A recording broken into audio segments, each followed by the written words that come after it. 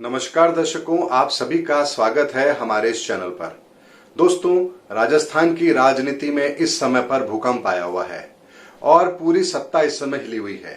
यहाँ पर वर्तमान मुख्यमंत्री अशोक गहलोत हैं, वो भी अपने पूरे राजनीतिक दांव पे चल रहे हैं। तो सचिन पायलट भी यहाँ पर अपने पूरे राजनीतिक दांव पे चल रहे हैं। तो इस दोनों की लड़ाई के अंदर भारतीय जनता पार्टी भी मौके की तलाश में है कि वो इसका कैसे फायदा उठा सकती है। दोस्तों, राजनीति एक ऐसा सब्जेक्ट है जिसके अंदर हर व्यक्ति का इंटरेस्ट होता है और जब भी कोई राजनीतिक उथल फुथल होती है तो हर व्यक्ति जानना चाहता है कि आखिर आने वाले समय में होगा क्या।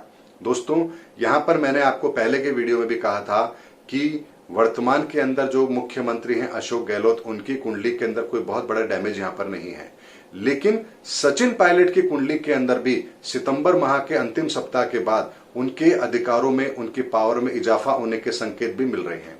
लेकिन ये सितंबर के अंतिम सप्ताह के बाद होगा, लेकिन तब तक यहां पर उनकी स्थिति वर्तमान के जो मुख्यमंत्री हैं उनके अपेक्षा कमजोर है। तो यहां पर आप देखेंगे दोस्तों कि सितंबर के अंतिम सप्ताह तक आपको इस राजनीतिक उथल फुथल के अंदर अशोक गहलोत जी आपको स्ट्रांग नजर आएंगे, यानी आपको लगेगा कि उनका पलड़ा भारी है। लेकिन सितंबर के अंतिम सप्ताह के बाद अचानक से आप राजनीतिक उथल फुथल फिर देखेंगे और यहां पर आपको सचिन पायलट गुट आपको आगे बढ़ता हुआ नजर आएगा और यहां कोई बड़ी उलटफेर भी होती हुई आपको नजर आएगी। दोस्तों, मैंने अपने पिछले वीडियो में कहा था कि यदि मुख्यमंत्री इस डैमेज को कंट्रोल करने में कामयाब हो गए तो उनको कोई दिक्कत नहीं है, लेकिन यदि वो डैमेज कंट्रोल करने में कामयाब नहीं रहे तो फिर यहां पर उनको सेटबैक भी लग सकता है, क्योंकि सचिन पायलट जी की कुंडली सितंबर के बाद उनकी पावर में इजाफा होने का पूरा पूरा संकेत दे रही है और ये होगा भी। दोस्तों, यहां पर देखना यह इंटरेस्टिंग होगा कि आखिर होता क्या है, क्योंकि भारतीय जनता पार्टी भी यहां पर अभी अगस्त तक कुछ नहीं करने वाली है, क्योंकि मध्य प्रदेश के अंदर उपचुनाव होने वाले हैं। उसके परिणाम भी वहां पर उनकी सरकार के लिए बहुत महत्वपूर्ण है।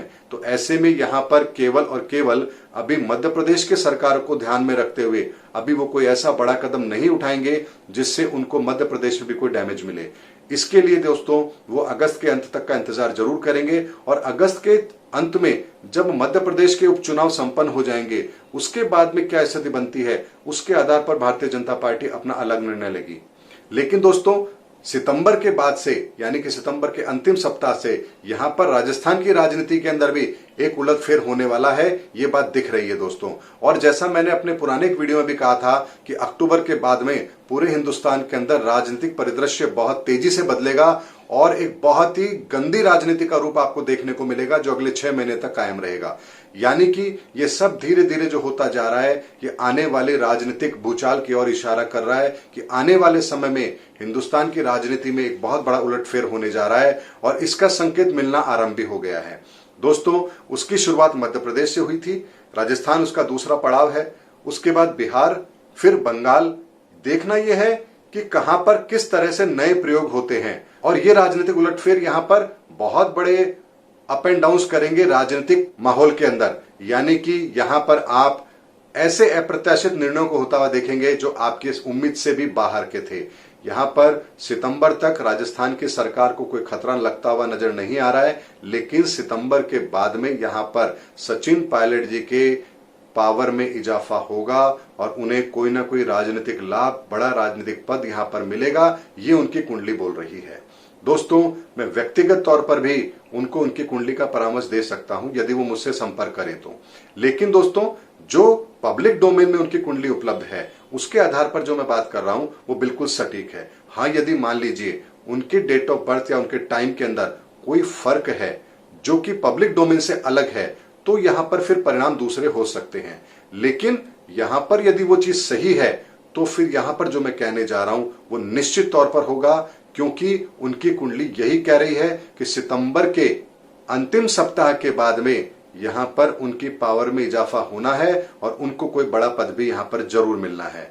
उम्मीद करता हूं दोस्तों, मैंने इस वीडियो के माध्यम से आगामी 2-3 माह के अंदर राजस्थान की राजनीति के अंदर क्या उलटफेर होने वाला है इसके बारे में आपको जरूर बताया है। और ये पूरा का पूरा मेरा विश्लेषण केवल और केवल ज्योतिष गणना के आधार पर है। यहाँ पर मैं किसी भी तरह के राजनीतिक बयानबाजी को ध्यान में रखकर कोई बात कभी नहीं करता हूं, क्योंकि बयानबाजी आपकी अपनी इच्छा से होती है, लेकिन ज्योतिष की गणना का एक सिद्धांत है और वो सिद्धांत कभी नहीं बदलते और इसीलिए उनके परिणाम भी बदलते नहीं हैं। यही कारण है दोस्तों, मैंने आपको कहा था कि वर्तमान के अंदर सितंबर के बाद में उनकी पावर में इजाफा होता हुआ नजर आ रहा है, लेकिन तब तक का रास्ता उनके लिए कठिन है और इस रास्ते को वो कैसे तय करते हैं ये देखना बहुत महत्वपूर्ण है। और इन 2 माह के अंदर यदि वो ढंग से एस्ट्रोलॉजिकल, राजनीतिक और हर तरह के पहलू को ध्यान में रख करके निर्णय लेंगे तो आने वाले समय में 2 माह के बाद में सचिन पायलट जी को यहां पर एक बहुत बड़ा राजनीतिक लाभ मिलेगा, ये उनकी कुंडली कह रही है।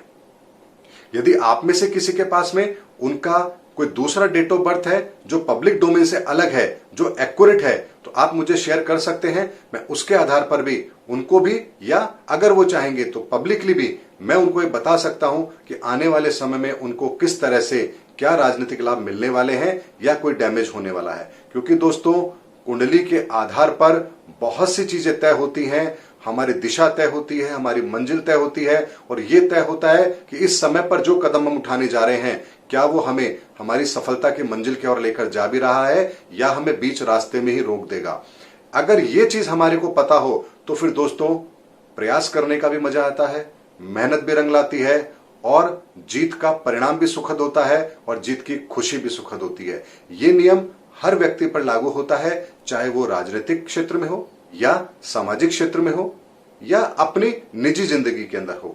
हर व्यक्ति के ऊपर ग्रहों का ये सिद्धांत जरूर लागू होता है। इसीलिए जिंदगी के अंदर जब भी कोई बड़ा निर्णय लेना हो तो ये समझना बहुत जरूरी है कि ये निर्णय इस समय का लिया हुआ आपको सफलता के दरवाजे तक लेकर जाएगा या नहीं जाएगा। अगले वीडियो में दोस्तों इससे आगे की जानकारी लेकर, इंटरेस्टिंग जानकारी लेकर मैं फिर आपके सामने आऊंगा। तब तक के लिए जय हिंद, जय भारत।